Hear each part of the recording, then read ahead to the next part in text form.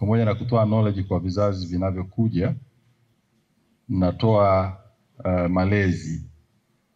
Na haswa kipindi hiki tunahitaji walimu kwa kweli muwe walezi. Kwa hiyo naamini Dr. Komba katika modules zitakazofundishwa ndani ya siku hizi 10 ya malezi itapewa kipaumbele kikubwa kabisa.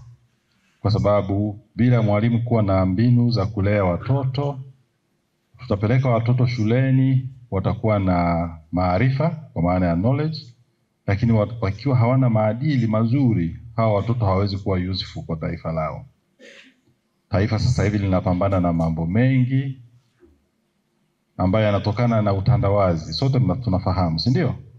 Sasa namna pekee ya kuweza kukabiliana na madhara ya utandawazi ni kuwa na walimu mahiri ambao tutakuwa tayari kuwakabidhi watoto wetu, wawape maarifa, lakini pia waweze kuwapa maadili. Niseme kwa kifupi tu kwamba changamoto kubwa ambayo tunakumbana nayo sasa hivi sisi kama serikali kwenye upande wa malezi, ipo maeneo mawili makubwa.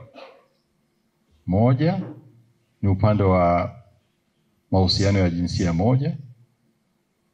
Tunahitaji tushirikiane kwa pamoja kama wazazi tuweze kupiga vita tabia hiyo ambayo imeanza kujipenyeza katika jamii zetu. Sio tabia ya Kiafrika hata kidogo. Kwa hiyo tunahitaji kupambana na hali kama hiyo. Kwa hiyo walimu wanatakiwa wawe na mbinu zaidi ya zile za kufundishia kuweza kuwagundua wanafunzi ambao wameshajiingiza kwenye masuala hayo ili kuweza kuwasaidia namna ya kutoka huko. Lakini wapo wale ambao wanakaribia kuvutwa kwa kupitia ushawishi wa wenzao kuingia katika mazingira kama hayo. Na sisi walimu hapa tunatakiwa pia tuweze kuwa na mbinu za kuweza kuwagundua na kuwaokoa na janga hilo.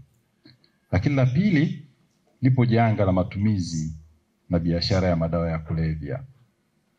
Hili na lenyewe ni janga kwa taifa na kwa dunia nzima.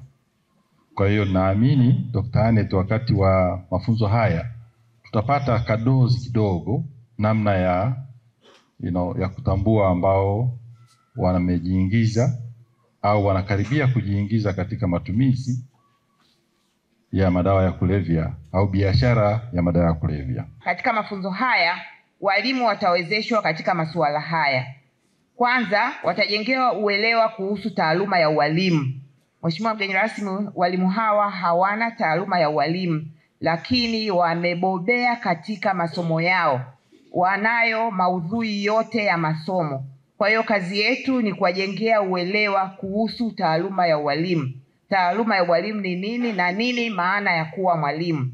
Lakini pia watajengewa uelewa kuhusu majukumu ya mwalimu katika utekelezaji wa mtaala na masuala mengine ya kijamii katika maisha ya mwanafunzi shuleni. Ili kuwa mwanafamilia bora wa Global TV, usisahau kusubscribe, like, kushare na kucomment. Baada ya kusubscribe, bonyeza alama ya kengele ili kupata taarifa kwa kila video inayopanda Global TV Online.